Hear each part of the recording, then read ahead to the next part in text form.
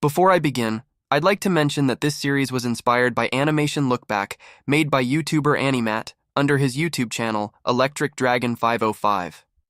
To anyone who hasn't heard of him before, I will leave a link to his animation lookback channel in the description box below. Please note, I am no way copying Animat. I am just taking inspiration from him and the Supreme Court rule that a parody-made claim is fair use under Section 107 of the 1976 Copyright Act. So, with all that out of the way, let's start the video.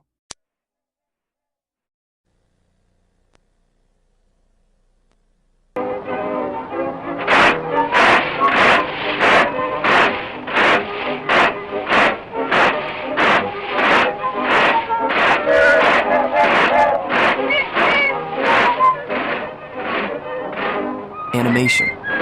It's a form of entertainment where people just create moving paintings on a technological software. Animation takes many forms, like on a TV show where people watching will be amused by what animation does to keep them entertained.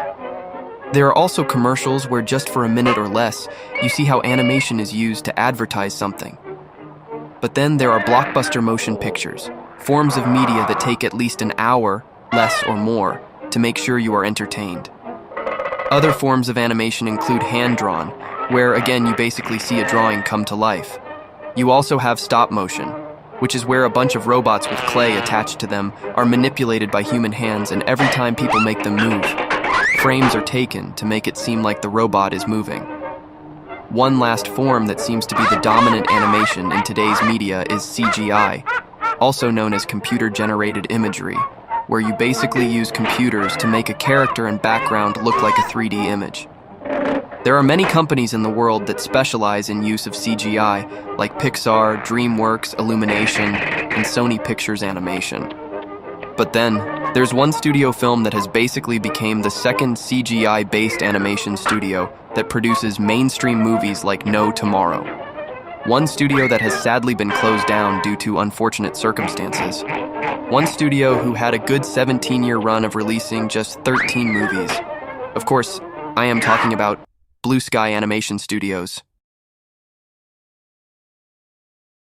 Now in this series, we will be talking about how the studio was made, and the productions of the movies they released alongside other projects under their belt.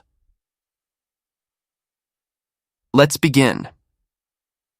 In the late 1970s, where a man named Chris Wedge, who was an undergraduate at Purchase College, was studying the art of film and was employed by an early computer technology company called Mathematical Applications Group Inc., or MAGI for short, which created a software application that could clone the laws of physics to measure nuclear radiation rays for the United States government contracts dubbed Synthavision. While working at MAGI, Chris made the acquaintance of Eugene Trubetskoy, a theoretical physicist and one of the very first computer animators. Wedge himself had experience in character animation and used that experience to help MAGI create animation for TV commercials, which soon led to Walt Disney Productions to ask them if they would like to produce the animation for the 1982 movie Tron, which the people of MAGI agreed to. After that, the company hired electrical engineer Carl Ludwig and D-Tech executive Mike Ferraro, and they transferred to the movie division from the CAD/CAM division of the company. Soon, though, MAGI's success began to decline, so the company hired David Brown from CBS and Fox Video to be an executive on marketing, and Alison Brown to be a managing producer. However, MAGI was eventually sold to the Canadian company Vidmax, and because of this, Chris, Eugene, Mike, Carl, David, and Allison decided to make their own animation studio to continue the software design and create computer animation. And thus, in February of 1987, Blue Sky Studios was formed. After establishing their business, Ferraro and Ludwig expanded on CGI Studio, which was the studio programming language that they made while at MAGI, and starting using it to make animation. All the while, scanline renderers were prevalent in computer graphics, and they needed both computer animators and digital artists to include lighting effects by hand. Trubetskoy and Ludwig managed to add in the lighting effects automatically by adapting MAGI's ray tracing algorithms, which had the ability to simulate the physical properties of light. However, in order for this goal to have been achieved, Ludwig looked at how light passes through water, ice, and crystal, and programmed those properties into the software to make the lights flow automatically. On some devastating news, the stock market crash of 1987 prevented Blue Sky Studios from acquiring a client for 2 years.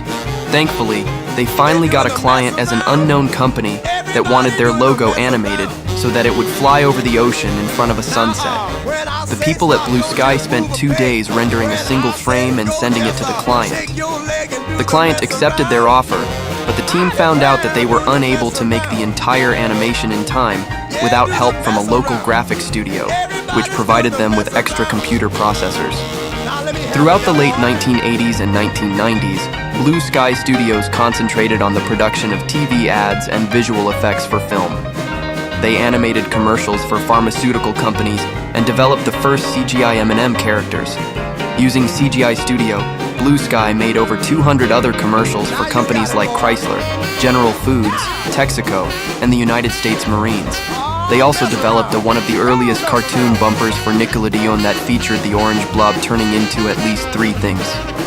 In 1996, MTV collaborated with Blue Sky Studios to make the film Joe's Apartment, to which Blue Sky provided the animation on the roaches. Later, in August of the following year, 20th Century Fox's visual effects company, VIFX, acquired majority interest in Blue Sky Studios in order to create a new visual effects and animation company, which was temporarily dubbed Blue Sky/VFX. After expanding itself, Blue Sky produced character animation for the films Alien Resurrection, A Simple Wish, Mouse Hunt, Star Trek, Insurrection, and Fight Club. During all of this, Chris Wedge had been working on a 7.5-minute short film called Bunny, which was about an elderly kangaroo-sized rabbit widow who lives alone in the woods and attempts to bake a cake, but she is being harassed by a moth.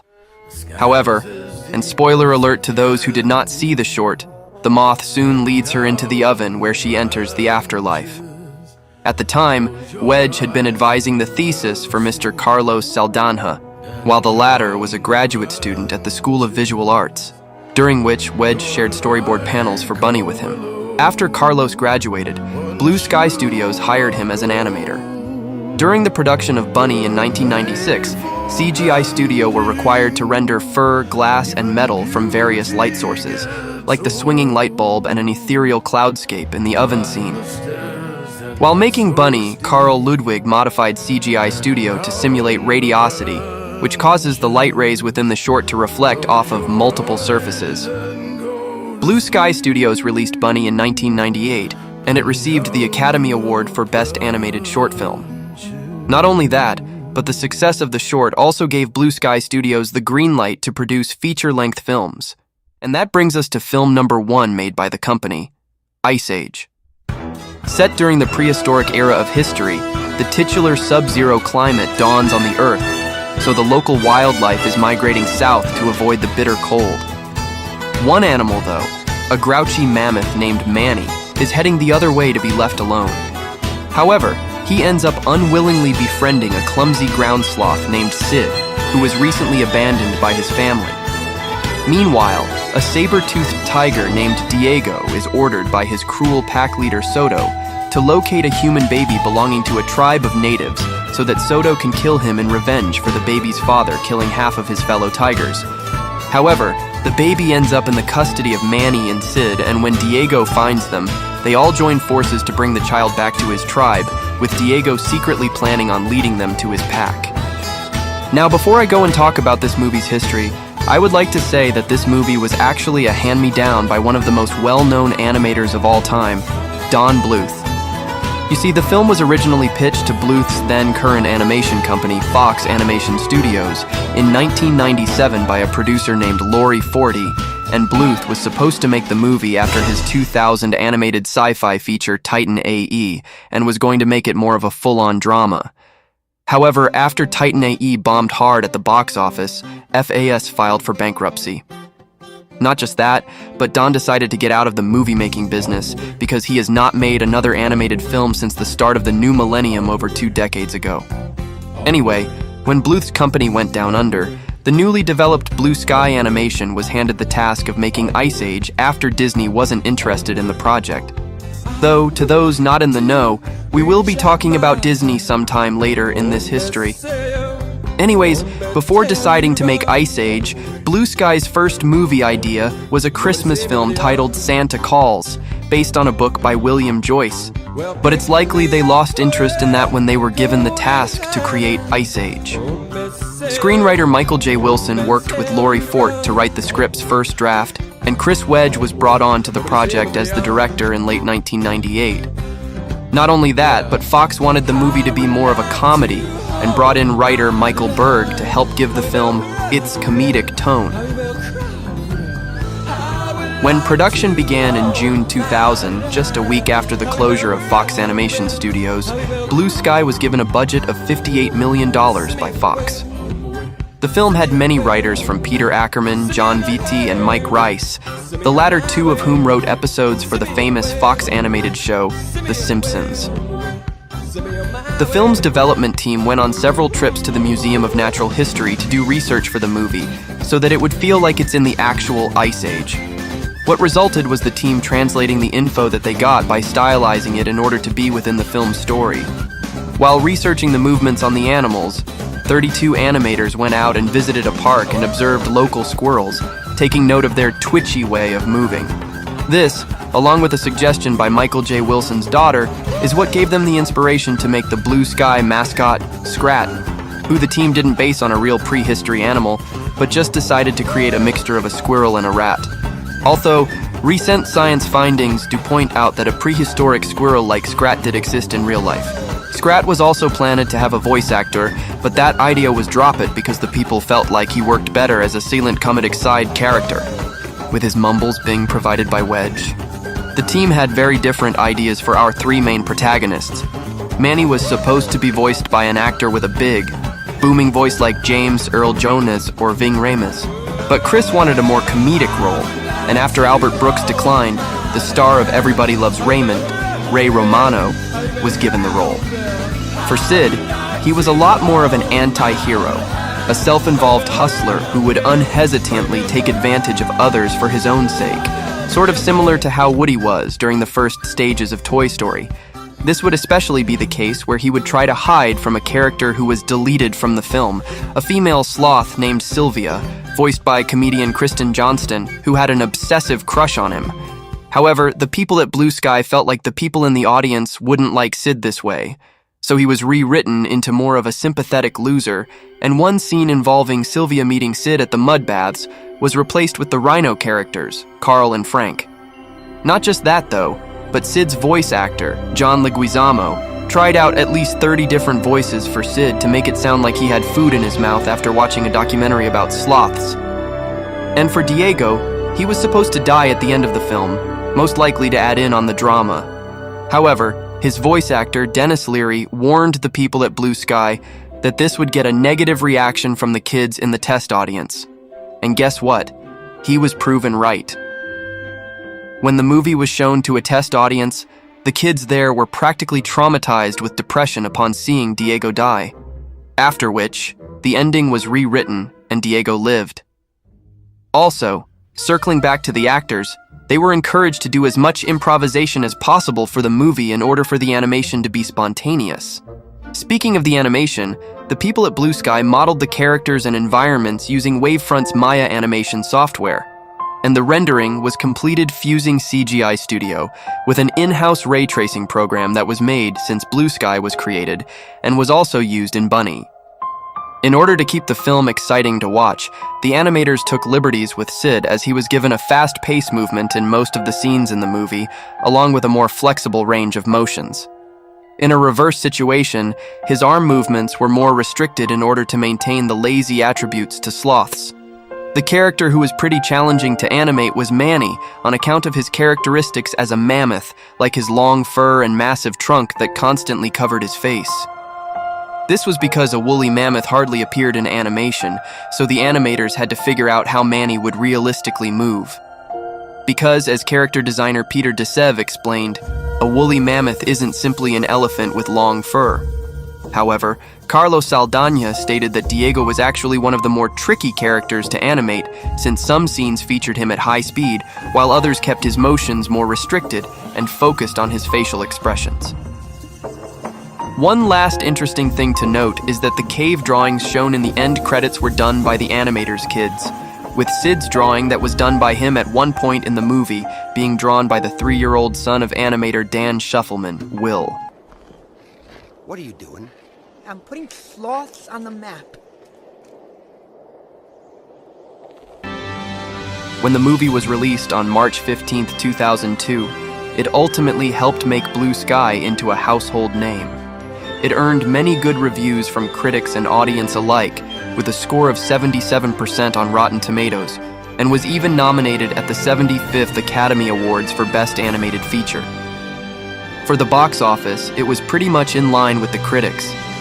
It managed to earn $383.2 million against its $59 million budget. It also ranked #1 at the box office during its first weekend, beating out other 2002 blockbuster hits like Resident Evil, Showtime, and The Time Machine. It also became the 3rd animated movie with the highest box office rate, just falling behind Pixar's Toy Story 2 and Monsters, Inc. As for my relationship with the movie, well, before I go into that, I will say that I have decided to talk about if I went to see a movie. I am discussing in theaters or not and how I feel about the movie in general. To put it simply, I did not see the movie in theaters, which I think was mostly on account of a lack of interest. When I got the movie on video though and watched it, I actually liked it. I still do to this very day, and kind of regret not seeing it in theaters. Give me a break, I was 5.5 years old and was attending preschool. Speaking of which, when the movie was released on home video in November 2002, it was accompanied by an $85 million marketing campaign, which included promotional collaborations with various companies like Microsoft, Pizza Hut, Carl's Jr., Dolly, Langer's, Valpak, Cold Stone Creamery, and the National Hockey League. It also got a tie-in video game for Game Boy Advance developed by Artificial Mind and Movement and published by Ubisoft, and it holds an average ranking of 46.0% on Game Rankings and 47 out of 100 on Metacritic. Also, it got some tie-in toys released with a kid's meal at Burger King. However, this would not be the last time we see our Sub-Zero heroes. In fact, us as the audience were completely unaware of it at the time, but this simple animated feature will become one of the most bankable franchises the world has ever seen, and how a majority of people have come to resent it for doing so. But we'll get to that when we get to that.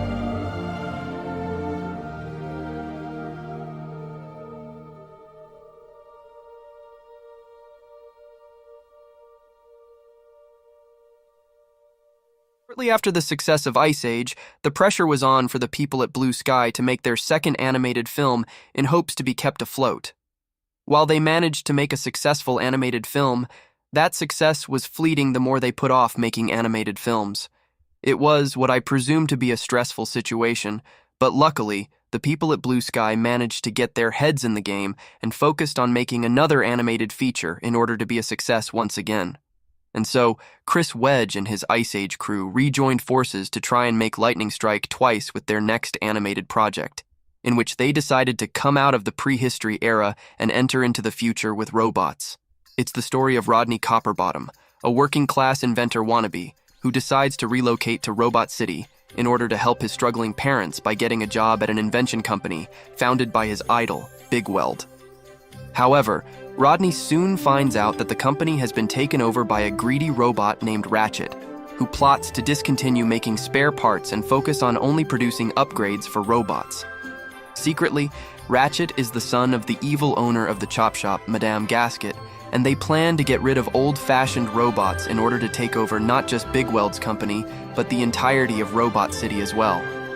So Rodney teams up with a band of broken-down robots to stop Ratchet and also find Big Weld in order to prove that you can shine no matter what you're made of. Like with Ice Age, Chris Wedge and William Joyce wanted to adapt Joyce's book Santa Calls into an animated movie, but again, that idea went nowhere. So they decided to create a movie about robots. They pitched the idea to Fox Animation president Chris Meledandri in 2001. Although doubtful at first, he agreed to have it green-lighted. It was originally envisioned as a screwball comedy musical that takes place in the 1930s, but they likely tossed that idea. And production for Robots began shortly after the release of Ice Age and Wedge, and his crew went on to create this film, with Carlos Saldana taking up the job as co-director. In June 2003, Robots was announced at the American Museum of Natural History's IMAX Theater, along with its 2005 release. Speaking of which, it was supposed to be released in 2004 before it was changed to the following year. To test the look of the feature that the filmmakers wanted, they made a short starring a minor character from the movie, Jack Hammer, the hardware store owner, as he played the director of a movie who has a spat with a female robot actress. The design of Rodney came from an old Evinrude car engine alongside a Volkswagen van that Chris Wedge owned. Heck, most of the outmoded robots seen in the movie were inspired by outmoded car engines. There were several actors that were planned to appear in the movie but didn't get the chance, like D.L. Hewley, Jamie Kennedy, and Sofia Vergara. One notable thing about the feature is that it is the first voice acting credit for Scottish actor Ewan McGregor, the voice of Rodney, who put on an American accent while voicing him. Speaking of which, the movie also features one of the earliest examples of cross-dressing voices for animated films, as the movie's villain, Madame Gasket, is voiced by the male English actor Jim Broadbent. They even make a joke about this at one point in the movie. Who are these losers? We, sir. I'm a woman. Ouch. Speaking one more time of the actors, it was Blue Sky's first feature-length movie with an all-star cast. Beyond McGregor, we got Amanda Bynes as Piper, Halle Berry as Cappy, Greg Kinnear as Ratchet, Drew Carey as Crank, Mel Brooks as Bigweld, and Robin Williams as Fender. Chris Wedge himself also got a chance to do a voice. In a similar style to Scrat from Ice Age, Wedge voiced Wonderbot, a small robot and Rodney's first invention/companion, but Wedge used random noises for dialogue. For the movie's music, the people at Blue Sky wanted the score to sound similar to the Robot Philharmonic we see, which is really just an orchestra conducted by an artificial intelligence unit. To that effect, the filmmakers brought on board the band known as the Blue Man Group, who were known for performing on instruments that were made of industrial piping to do special percussion effects. I don't get it. What is this? Another interesting fact about the music score was that the composer, John Powell, dropped out of 3 animated movies that were released by DreamWorks Animation: Sinbad, Shrek 2, and Shark Tale. 2 more bits of trivia I'd like to mention are that for the scene where Rodney and Cappy get swept in a wave of countless dominoes in Bigweld's mansion, a special rendering tool was made to specifically place the pips on every domino at random, and the design of Rodney's home village, Rivet Town, was inspired by Chris Wedge's hometown, Watertown, New York. The film also had a short premiere on March 6, 2005, at the Mann Village Theater in Westwood, Los Angeles. 5 days later, on March 11th, when it got a wider release, it managed to do fairly well both critically and financially. It got a fairly passable score of 64% on Rotten Tomatoes, with the site praising the animation while giving some constructive criticism to the storytelling. Film critic Roger Ebert also gave the movie 4 out of 5 stars and said that this is a movie that is a joy to behold entirely apart from what it is about. It looks happy, and more to the point, it looks harmonious. For the box office, it managed to gross out $36 million in 3,776 theaters on its opening weekend across the US and Canada, managing to rank number 1 at the box office, after which the film managed to receive a total of $260.7 million worldwide against a budget of $75 to $80 million. Robots also won an ASCAP award in the category of top box office films. Though this was the only award it won, it managed to also gain 2 Annie Award nominations, one for Outstanding Character Design in a Feature Production, and the other for Outstanding Production Design in an Animated Feature Production. It received 2 Kids' Choice Award nominations, one for Favorite Animated Movie, and the other for Favorite Voice from an Animated Movie for Robin Williams' performance as Fender. It was also nominated for a Teen Choice Award and a Visual Effects Society Award. The song that came with the movie, Shine by Ricky Fante, was also what I assumed to be a modest success. As for my relationship with the movie, Well, this is the first Blue Sky movie I actually saw in theaters, as I remember seeing it with my dad at a movie theater that I'd been to 3 times to see an animated feature. The first was Robots, the second was Disney's The Princess and the Frog, and a few months later, the third was the DreamWorks film How to Train Your Dragon. At first, I didn't know what to make of the movie, or any movie in general, since I just watched movies because I wanted to. However, I find it to be one of Blue Sky's most underrated movies, since it was the only one of their films that was completely original and not part of a franchise. It also got a video game based on the film that was released on February 24th that was developed by Eurocom for the game consoles, GameCube, PlayStation 2, and Xbox, and PC for Windows computers, and by Kryptonite Games for the Game Boy Advance and Nintendo DS. The game got mixed to average reviews from critics. When it was released on DVD and VHS on September 27th, it featured an animated short called Aunt Fanny's Tour of Booty, where it acted as sort of a prequel to the film when Fender first arrived in Robot City, and the character Aunt Fanny gives a tour of Robot City to other robots, and typical robot shenanigans ensued. 6 years later, on March 22, 2011, Robots was re-released on high-definition Blu-ray. However, the Aunt Fanny short was requested by the Office of Film and Literature Classification to be excluded from the Blu-ray release in both the US and European releases due to a similar tactic of the short being excluded from the Australian DVD release since the short was rated PG. Earlier in 2008, Robots gained some recognition, i.o. the American Film Institute's top 10 nominated animated films list. Despite being one of the most low-key of Blue Sky's films, it's safe to say that film has taken one of the lessons it gave out. It saw a need and it felt the need.